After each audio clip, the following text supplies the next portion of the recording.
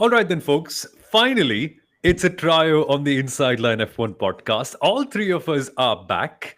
This reminds me a lot of McLaren from 2005, De La Rosa, Montoya, and Raikkonen all together in the same team. Everyone's all together. I know I'm the Montoya here, so you guys need to figure out who the other two are. Clearly. Welcome back, though, Sundaram. Welcome back. So good to have you back, man.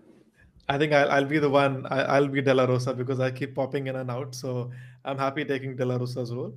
But he did pretty well that You season. did well. I remember he did top a lot of practice sessions whenever he was in the car. So it's good to be back, full house once again. And your feedback, always valued. Yes. I guess by default I become the Raikkonen, which makes the girls in my life happy because Mithila's favorite driver is Raikkonen. So Antara is always like, Papa, where's Kimi? But that also means that Sundaram's going to have the longest career in Formula One of all of us. He's still going strong, isn't he, Pedro De La Rosa, with all the teams that he's moved along with Fernando Alonso? Yeah, just don't go to HRT, Sundaram, please. Like, if you're De La Rosa now, I'm just giving you some future advice. Just don't go to HRT, My please. loyalty is with Green. Don't worry. And didn't Green get a podium in Baku in 2021? Wasn't Sebastian Vettel on the podium that year? A milestone race for Aston Martin, their very first podium in Formula One, and sadly Seb's last podium in Formula One as well. I don't know if I Yeah. classify that as a good moment or a weird moment because Baku's had several weird moments, right? Yeah, where do we begin, guys? Like, I can already think of Vettel and Hamilton, 2017, Brake when testing. brake testing, and that race Hamilton's headrest popped out, so he had to go to the pit lane to fix it. There's also for Fernando Alonso. I think he had three wheels knocked out and he was still driving back to the pits, right? This was the McLaren Honda days, right? 2018, yeah. Yeah, I don't know if you consider Ricardo and Verstappen, the accident they had, as a weird moment or no. It was probably weird because Verstappen was not the one who was blamed wholly for that moment. That's probably the weird part. Oh, did we also have the photographers almost being knocked out by Esteban Ocon in the pit lane on the last lap of the race? That is also here. Wasn't it Yes. last year I think it or was the year last before? year or the Yeah, year it before. Yeah. was. Yeah, yeah. Yeah, and the promoters got a notice from race control. So race control is always aware. What else have we got? We've had last year Sainz and Perez. I think we were all split decision on whose fault it was. So that was another weird moment. Baku's given us several others. I think the other weird moment was, and maybe it was a good weird, was Lance Stroll, first podium, second youngest podium sitter in that Williams, but pipped to the line. He was second, but pipped to the line, by Valtteri Bottas in the Mercedes, For just his like that. teammate for 1 month. For his teammate for 1 month. Like, Yes, remember, it was announced that Stroll and Bottas are going to be in the car for next year, and then Bottas was stolen away by Mercedes. And that very year, he stole away Lance Stroll's P2. yeah. Not bad. But he still And he still has his record. He is still Formula One's youngest rookie driver. So don't forget that. Max Verstappen might be the youngest all-time driver, but Lance Stroll is Formula One's youngest rookie till date. and To second be on the podium. youngest, second youngest Uh, on the podium, right? And talking of Bottas, he also registered that 378 kilometers per hour, highest, fastest speed trap in racing conditions for an F1 car, right? and then also lost out on a podium because of a puncture. And then Max also lost out on a win in the same race because of a puncture for himself. And he was wearing Liam Lawson's boots when he was kicking the car in anger. I love these weird moments. We should do this for every circuit. Then Oh no! comes the magic button. The Yeah. magic button, the Ma- chaotic 2021 race, lots happening there. Max Verstappen's tire blowing out, the infamous brake magic situation. One thing we're actually forgetting is duct tape.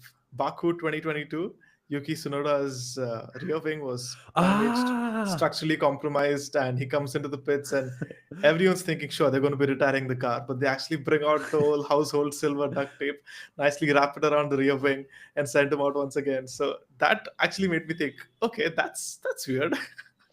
Was Kimi Raikkonen's gloves and steering moment also in here. Azerbaijan? Yeah, Yes. Here yeah. itself. Yes. Something very interesting. So we, of course, have seen that gloves and steering wheel, Kimi screaming on the radio several times. But something that caught my notice, which I finally got an answer on, is typically the steering wheel has a PTT or a push to talk or a radio or a pit button. So you press that and then you speak to your pit wall, right? But that time, Kimi Raikkonen didn't have a steering wheel because he was actually saying, right, hey, gloves and steering wheel. So how did he speak to the radio? Was it F1 just putting over some radio messages for fun, or did he actually speak to his pit wall? Now, this is where Craig Scarborough, who's been a guest on our show, is very popularly known as Scarbs Tech, told us that there is a secondary radio button in the cockpit, and that's what Kimi Raikkonen had used for that weird moment. So, a weird F1 fact of how tech works for that weird moment as well. Amazing. There's also Leclerc saying, I am stupid when he hit the wall, which many will believe, but not in the case of his crash, but in the case of his contract renewal. More on that later. He He was hit the also, wall 2 times, right? he Same was place. castled. Yeah, the weird part is making the same mistake 2 times. But anyway, that's just Leclerc things, I Yeah, guess. don't sign two contract extensions with Ferrari. That's the one thing. But the weirdest moment of them all was when the Baku Street Circuit wanted to make a broke and underperforming Formula One team even more broke and underperforming. George Russell's car was damaged by a manhole cover in 2019. This was when Williams were in their toothpaste era, sponsored by Rocket, extremely slow. They were literally on the back of the grid all the time, finishing 30, 45 seconds behind. Only two cars at the back. And a manhole cover smacked their car down the center, broke the floor off, and FP1 was cancelled. Now, mind you, it's the same year that Williams were late to testing because they couldn't even build their car completely. So imagine the knock on effect. But it only gets worse because once the car was broken down by the manhole cover, it was placed very nicely on a truck to be taken back to the pit lane, as usual. The truck operator forgot that there is a bridge that's actually lower than the height of the crane on the truck. And so the truck hit the crane, and the oils from the crane, the hydraulic oils from the crane, spilled over Williams' car, and they couldn't work on it till FP2. Doesn't get Wow. weirder than that. But they actually did get paid back for their damages, if I remember correctly. I think there was some sort of legal case for this as well. But the Baku circuit did send flowers back to Williams to kind of say sorry for it. And later on, they did pay for the damages through an insurance and whatnot. But we've seen manholes turn up in Formula One quite a few times, Las Vegas, Malaysia, and everyone's always asked the same question: why should we bear the expenses for this? But there might be a new precedent for this right now. Yeah, three men talking Could about manholes manholes. come into play this weekend as well? Again, it's Baku, street race, all of that. And we'll hear all the signs of how manhole covers are drilled even further, made stronger to the ground so that the suction power of the Formula One cars doesn't rip them apart and so on. But What? it is, yeah, that's true because there is a lot of suction, of course, as we know, even more so with these cars under tray effect or whatever, that's why the chassis of the car and the floor of the car is generating all the downforce. So will the downforce, or in the previous eras used to also be the downforce, was strong enough to just rip the manhole covers open, and that's where the problems used to lie. So they actually drill down, they further cement those covers, and I don't mean they use cement, but they make sure that the manhole covers are reinforced in the ground. At least that's what I definitely remember over all these years of talking Formula One. God bless the men whose manhole covers are drilled down. Seriously, it is. You just need to look at Formula One with a slightly tilted mind, and then all of this seems hilarious. But speaking of hilarity, if that is a word, Leclerc, I've got a question for you guys. Charles Leclerc, he's got four pole positions in Baku, but he's got no wins. Does that make him the most successful driver at Baku or the most unsuccessful driver at Baku? What do you feel, Sundaram? See, that's the thing with Charles Leclerc, right? He has these weird records to his name and weird streaks at these places. Actually, he's nearing the top of a record that says the driver with the most poles of most wins of another driver's poles is also going to be Charles Leclerc very soon if Max Verstappen takes a few wins of Leclerc's poles. But that's the thing. Baku is a weird circuit. You have Charles Leclerc with 4 wins, Charles Leclerc with 4 poles, and Sergio Perez with 2 wins. It's not a circuit that's adorned by the greats of the sport. No Hamilton, no Vettel, none of those sort. And you have Charles Leclerc on a streak of 4 poles, 5 if you actually count the sprint as well. But then no wins to go with that. And it's a little weird to say that, but to be very honest, being very optimistic, this might be a weekend where Ferrari could be very strong. Even Charles said this in his own admission. Baku could be one of those tracks where Ferrari could be strong. Interesting. could be strong. I think I personally believe Ferrari needs to just extract more performance, and these unfortunate stats that are attached to Leclerc about most pole positions without a world championship, so many seasons at Ferrari without a world championship, etc., are a lot down to team execution. And Leclerc is a great example of, is it the car, is it the driver, is it actually the team that needs to fire all cylinders? And this is an example of where the team actually needs to fire on all cylinders. In Leclerc's case, I believe on Saturdays he is definitely one of the fastest people out there. And Samuel, you and I did this thing of why Fernando Alonso and Leclerc were the two most chosen Yeah. drivers by Max Verstappen when it came to several racing parameters when Max made his ultimate driver on the current grid. So let's see how Ferrari go. I hope they execute a racing weekend well enough, and I would love to see Ferrari actually score a win. It's such a strange stat. They're second in the constructors' championship, but have not scored a win. While Red Bull, who's fourth, and Mercedes, who's third, actually have scored a win. So although I would love to see them finish second without scoring a win, because that will be another pub quiz question for us in the future. That'll be haram ball. Is a term we use in football. So to explain haram ball, it's basically football that's played without any hint of artisticness or any flair, just purely done for results' sake. So finishing second in the season without a race, it's not I won't take that. But Leclerc has a real advantage here, and this is something that Carlos Sainz revealed last year when he said that Leclerc is excellent at turning the car into 90-degree corners. He's just got a great feel for when to let off the brakes and when to accelerate on. Now, as simple as it sounds, there's a great skill in turning around the car and making sure that you can make it attack the apex of a corner very well. Baku has a ton of 90-degree corners, particularly in the first sector, and that's where Leclerc is really good. So watch out for him. But this then brings up a question that our beloved listener Kulkarni Chief has put out, which is, let's talk about combat. Are we going to see Seb versus Alonso versus Hamilton type battles? Because that's what we saw last year, guys, with Piastri versus Leclerc. And that, in my opinion, one of the best races of the new Formula One regulations. What an incredible battle, wasn't it? Yeah, especially I remember the slow mo of them exiting the last corner, going, Baku drift, if not Tokyo drift. And it was for me as a driver, what's most beautiful is Piastri's had that, moment. And Leclerc was so focused on chasing him and keeping that gap, driving into the long straight with DRS, that he had a similar moment. And both of them were like, synchronously drifting out there.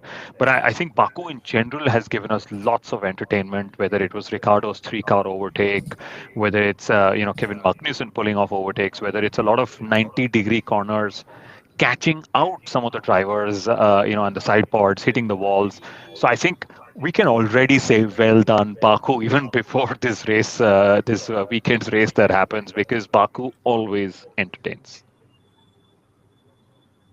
Yeah, I suppose Baku is the perfect place for combat, isn't it, Sundaram? If the F1 movie had to be shot somewhere, I would honestly say Baku. This is the home of combat. Yeah, it is. And I actually very distinctly remember when this circuit first came up on the calendar. Looking at the layout, I wasn't very pleased with the way it kind of flows. The first few corners, all 90-degree corners, but once you actually saw them racing, I mean, the first season everyone was very slow and kept it very, what do you say, cautious in the first race. That's why you didn't see a lot of incidents. But 2017 onwards, it's been chaotic, if that's the right word to put it. Chaotic, lots of overtakes, lots of head scratching to decide what setup are we going. Are we going to go with high downforce, low downforce? And the interesting thing is, you have the opening straight where you have places where cars can go 3 or 4 wide, and then you have the castle section where it's barely 7 meters wide. You can barely fit one car in through that little gap. So it's a very interesting layout, very interesting track, very interesting characteristics, and it always does deliver, Baku. And if I can just add, the fact that Baku has, given us so much entertainment at the front, in the midfield, in the back end as well, just goes to prove that there are certain circuits which really have these characteristics in them.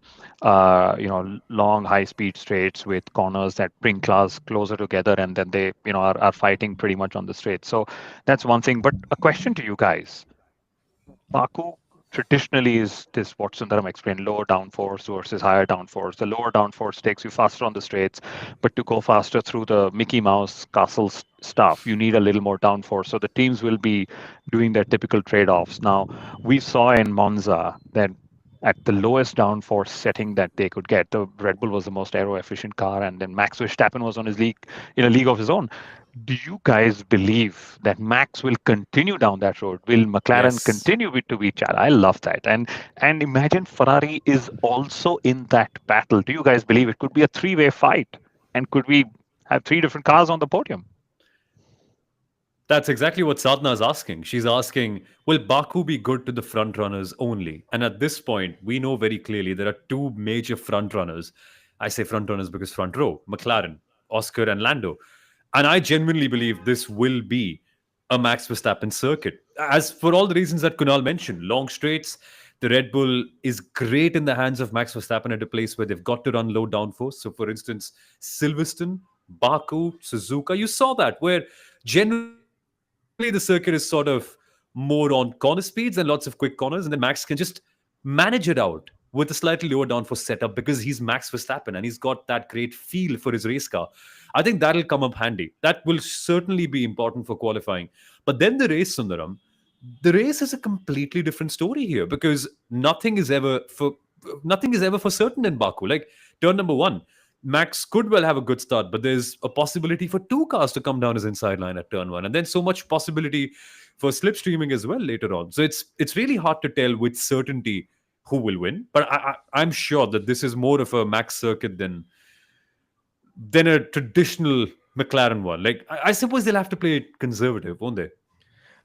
I think there's something about Baku that really caters to even the top four teams. If, like you already explained, that Red Bull can be quite quick around Baku. They're very aero efficient. McLaren, on the flip side, they usually tend to have a lot of drag. So whenever they go to these sort of circuits where there are long straights, they're usually disadvantaged to a certain extent. But what works in McLaren's favor is Baku is a long circuit. Even there's lot less wear and lot less tire degradation. It's a long six kilometer circuit, and they're also having they've even gone softer in terms of tire compound, so they're Yeah. really able to manage their tires better than other teams. Ferrari in that respect, they would usually go much more lower in terms of ride height to find performance, which is also why Charles Leclerc feels they could be strong in Baku. Then generally Baku has lower temperatures, not in the mid 30s or high 30s. So Mercedes, if they still have that characteristic of doing well around circuits with cooler temperatures, even they could kind of spoil the whole party. So there's a little bit of everything for every team, and like we already explained, there's so much in terms of characteristics with that very tight and twisty sector 3, and then you have sector 1, which is completely flat out, 2.2 kilometers, which extends from turn 16 up until turn 1, is actually 200 meters longer than the end of La Source till the end of Kemmel Strait in Spa. So this is going to be the longest Wow. flat out section that we have in Formula One. So the engines are going to be pushed to the tilt this weekend. That's a third of the circuit on the long straights and one single long straight, fast sweeping. And what about the bumps? Because if it's still as bumpy as it's typically been, I'd love to see Ferrari having figured out how to handle their cars over the bumps. Because this year, what's really bothered them is the bumps on the circuit. But McLaren can clinch the Constructors' Championship if they finish 1-2. I'll be very surprised if they get a 1-2 in Baku. And like Sundaram said, if the temperatures come into play, then the McLarens will be much stronger, given that they are managing rear tire temperatures better than anyone else. But if not, I definitely see a three-team battle. But if they score a 1-2, they score 9 points more than any other team. They become constructors champions of 2025. They will be what we call it, the back-to-back champions. And I would say that this is the fastest any team would have finished the World Championship by winning it with 7 races to go. And to me, what I'm excited about, guys, is if McLaren is actually able to get to the 1,000 points barrier. No team has ever done that, but also no team that has dominated has had two drivers scoring points, within the top three points finishing position. So if Lando and Oscar maximize each race weekend and keep continuing to score the bulk of the points, I would love to see McLaren at 1,000 points. But having said that, will we see papaya rules or will we see papaya mess come into play? And I'm eager to see how Oscar Piastri responds because he's been very cool in the media saying, I'm not going to jeopardize his title win with the risk of, messing up the future, etc., which sounds great for PR purposes. But I'm hoping he and Mark Webber have gone and banged their heads on the table and fists on the table saying, guys, what the hell was that? Because he would have had, week 10 days to think about what happened in Monza. And I'm yet to find someone who feels that what happened in Monza was fair to Oscar Piastri. Was it fair from a team's point of view? Maybe yes, but was it fair to Oscar Piastri? And then in my mind goes back to Silverstone, where he asked for that, reversal on track when he was given that unfair penalty under the safety car, and McLaren, of course, didn't respond. So I'd love to see Oscar Piastri's mental strength, because imagine everyone on social media has been saying, Bernie Ecclestone's been saying, McLaren wants a world champion whose name is Lando Norris. But here is Oscar with a 30 plus points advantage, making sure he's outperforming his teammate, at vital points through the season. I think, in my opinion, this is the last time Oscar Piastri plays the nice guy for the rest of the season. There's lots of points at stake, and one DNF can really swing things in Lando's favor as well. So I think this is the last time he's going to comply to such requests this season, at least. Yeah, it's a very curious case, and the best way to solve the problem is to outqualify your teammate, do better, create a gap. It's evident that Baku is a place where other teams do come into contention, regardless of how many points they're dominating the season by. Think about 2017, think about 2018, 2019, 21 as well for Mercedes when Red Bull Racing started to come around. It doesn't matter. It doesn't matter if you're dominant. At Baku, things will switch around. So it's important more than ever to be better than your teammate here. And of course, tires one step softer. Hopefully for McLaren, this will play into their hands in what is a very, very long race, because that's when normally they are stronger. But we need to talk now about... Go ahead. No, one second. Yeah, another question. I believe Oscar Piastri could have sealed his world championship much earlier than he may just do that, right? Because when you think of Silverstone, where he was, given that penalty, when you think of Hungary, where he was on the bad side of luck, when you think of Monza, where there was another team order to swap them, imagine the number of points that he's already lost to Lando Norris in the Constructors' Championship, right? So Silverstone 7 points, Hungary 7 points, that's 14 points, and whatever number of 3 points that were there in the last race in Monza. So that's a 17 points swing already that could have happened in Oscar's favor if he was lucky enough. And the other thing also is the wave of luck that Lando was riding or has been riding with these lucky wins in Silverstone and then in Hungary. What if he didn't have those wins? Maybe he wouldn't have been as chirpy. Maybe he would have been under even more pressure. And we've seen how, when the pressure mounts, Lando is one of those drivers that struggle to perform. So maybe Oscar Piastri, when he sits back and actually considers the season as a whole, would have realized just how many points he's lost to silly rules by the FIA and then these papaya rules that the McLaren has put out. And maybe he could have just, been further ahead in the Drivers' Championship. I don't know what you guys think about that. No, absolutely, because even in Australia, he lost a bunch of points. If I'm not wrong, he finished P9, and he should have ideally finished P2. So that's a good chunk of, I don't know, more than 15 but points. at least Australia, I would say, was what I would call racing. You're leading the pack, you're chasing your teammate, there's suddenly downpour, both of y'all go off, and well, that's what just happens, right? And one of you is just worse off than the other. So that's at least down to racing. But a lot of these other factors, like Silverstone, when the FIA just puts a random penalty that he didn't even receive a warning for, or Hungary when the team decided, oh, but that's racing, you were on a 2-stopper and somebody won it on a 1-stop, and so on. So anyway, I just think Oscar could have or should be feeling that I should have just had a larger points gap to whoever is in second place than I do right now. But that's just my view. Absolutely. At the end, put your head down and deliver then. If these things are all peripheral, these are all khayali pulao, as we like to say in Hindi. These are all things that have happened that there's no point deliberating over if you're Oscar. For us, of course, it makes sense because we're telling you the broader story of the season so far. But if you're Oscar Piastri, you can only do one thing: do what you did last year, and things should be fine. It was a tremendous performance, and we're just hoping for a battle quite like that. But there's a lot happening in the midfield too. We need to update you about those stories. Uttara has very kindly pointed out, and this is something that I forgot, that Oliver Behrman is close to a race ban. He's on the edge of the penalty points. It's Oy Kambete at Oy Kambete on our social media channels who pointed that out to us. So thank you for mentioning that. I wasn't aware. And that's the last place I'd like to come to with my penalty points being close to 12. It's a risky place to get to.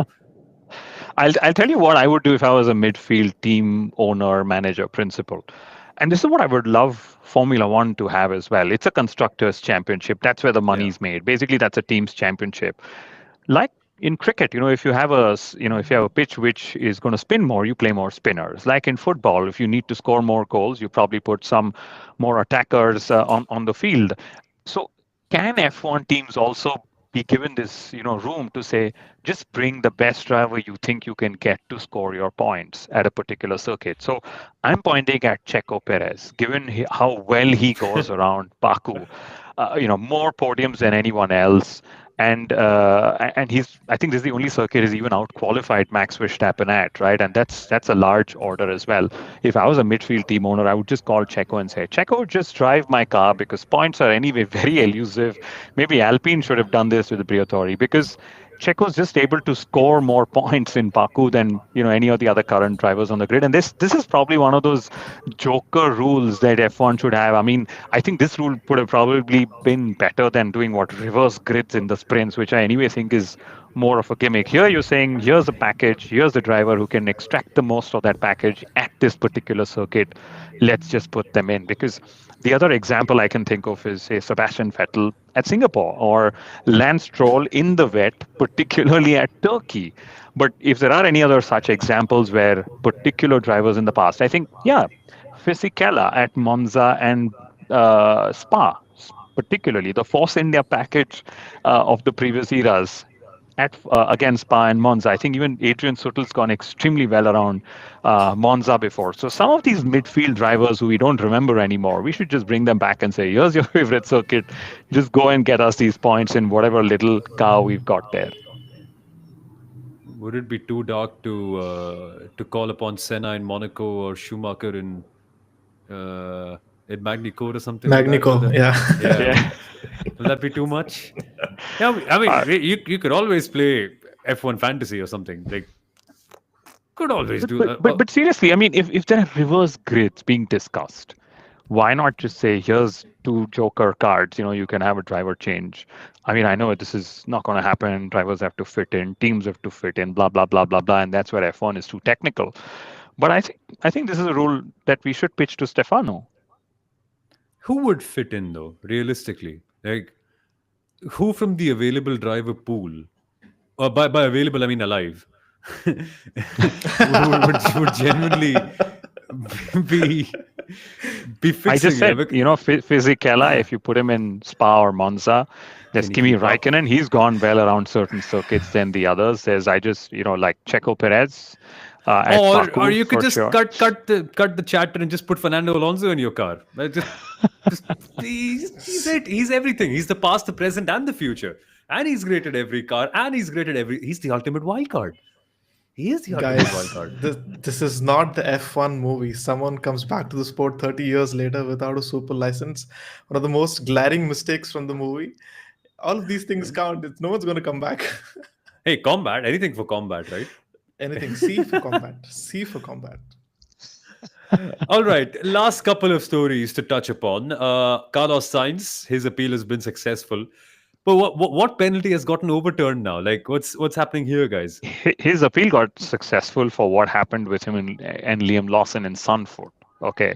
But in the last 2 races, Carlos Sainz has had on-track racing incidents 2 times, 2 races back-to-back. Sunfoot, Lawson. Monza was who was it? With Oliver Behrman.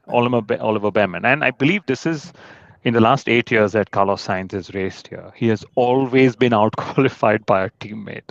So I'm Oh, waiting to see wow. what Carlos Sainz is able to do, turn around his fortunes of the season and at the circuit. So if you're that midfield team boss listening in, thinking of getting a specialist driver for yourself at Baku, it cannot be Carlos Sainz.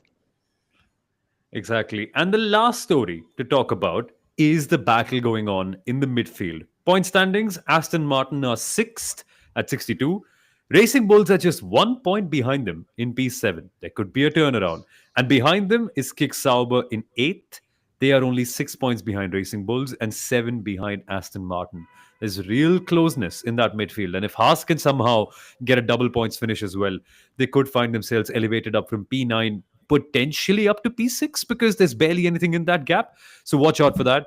And also 20 points between Ferrari and Mercedes in the battle for second in the Constructors' World Championship. That is going to be very, very interesting too. Right, predictions, guys. Time to close this episode off.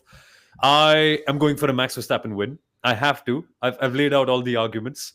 Is anyone going to be daring enough to say that Charles Leclerc converts his fifth pole in Baku to his first win in Baku? Who's going to say that? Me. For sure. I'm feeling bold, so I'm going to go with Charles Leclerc. Ah, love that.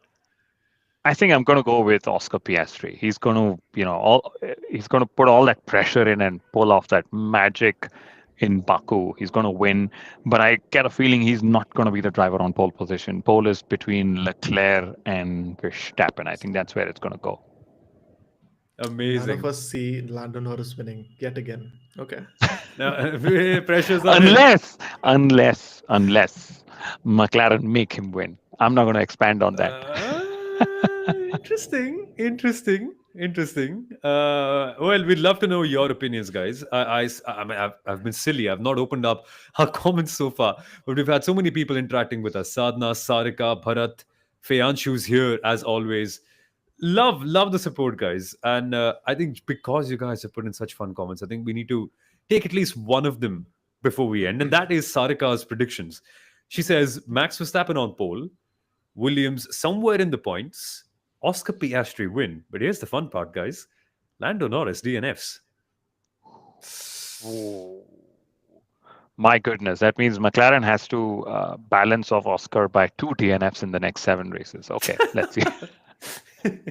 Got to be fair, right? But there was somebody who also said, right, is Baku more favorite for midfielders? I think Baku's also got lots of, for the front running teams. I think Baku's had a lot of midfielders show up on the podium. Checo Perez has done that at Racing Point, Force India. There was Sebastian Vettel at Aston Martin. There was Lance Stroll with the Williams in one of the first races as well. So lots of midfield scoring that could happen this random race weekend. Yeah, and I mean, Baku, I think the pole sitters won only on 2 occasions. The last time the pole sitter won was back in 2019. We've had an equal number of drivers winning from off the front row than when they've started from the front row. So 4 each. Daniel Ricciardo's won this race from P10. Wow. And if I remember correctly, 6 of the 8 races that we've had in Baku have seen a driver from outside the top 4 finish on the podium. So there's lots that can happen. Please don't go strictly based on what you see in qualifying and what you see from the front 2 rows.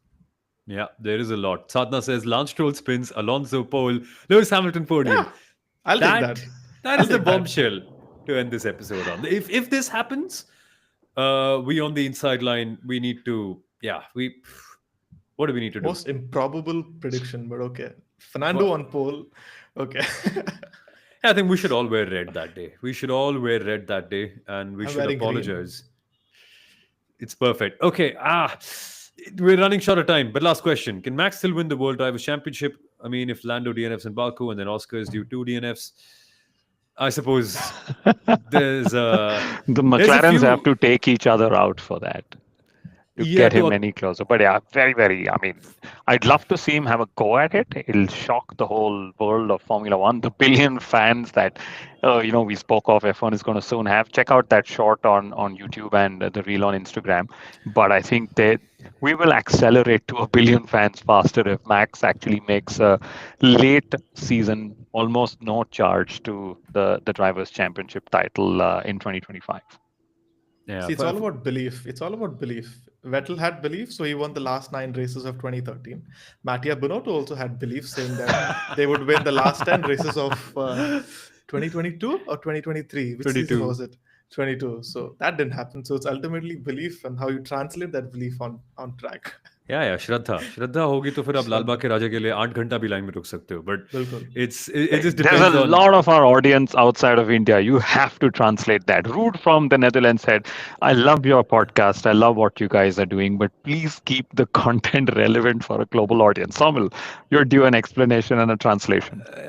Basically, the Lal Bagh Raja is Mumbai's greatest Ganpati festival. Ganpati is a lord that we all believe in, and getting to visit the Lal Bagh Raja, you need to stand in a line, often for more than 6 to 8 hours, just to get a glimpse of the Lord's sculpture. And people say, "Oh, we want to do it because we believe a lot in the Lord, and so we will do it." And then that's what it's all down to. How much do you believe in the Lord Himself, so that you would like to stand in a line for that long? I do, but I don't believe enough to stand in the line for 8 hours being squished to death. So yeah, My mom is that's going to be happy we spoke about Ganpati on the F1 stream. But anyway, time to yeah. call it quits. Time to call it No, quits. last question to Samuel. Would you stand in a line for 8 hours if that gave you the opportunity to spend 5 minutes with Carlos Sainz? Would No, you I do still that then? wouldn't. You I still still wouldn't. wouldn't. He's Time is some. time is This of is the where essence. Samuel doesn't know what he's talking about. No, He I'm would fine. stand. Guys, on the You Inside Line you F1 have taken podcast. an 8-hour flight to go and watch a Formula E race in Hong Kong, right? Yeah, see, So that's still that's better akin. than standing in a line with sweat, being squished, not having food, not having a washroom nearby. I'm surprised you That's said not no. what You wouldn't that's do not it. what You wouldn't do it. Sundaram said. Sundaram said stand in a line with 5G on your phone, maybe live stream with all of us of how it is to stand in a line. There is No, restrooms available, fan zones available, and then you go and you meet Carlos Sainz. no, For I've been five spoiled. minutes. No. I've been spoiled. Okay. No, luckily here on the Inside Line and the people who we work with, we tend to get really good drivers and really good paddock personalities while we can sit down in our room and interview them. So this is Fair enough. subtle flex. Karun Chandok on the latest episode of Fan Code's Gearbox podcast. We got to discuss Carlos Sainz with him.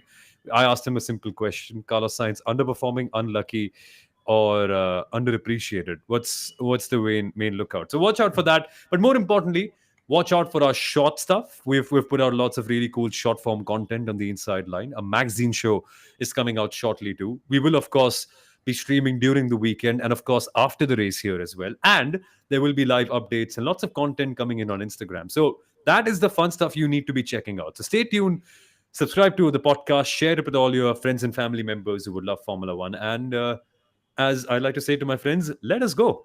Yeah, you need to let us go now. It's been a long episode. We will catch you in a little bit. Take care, guys.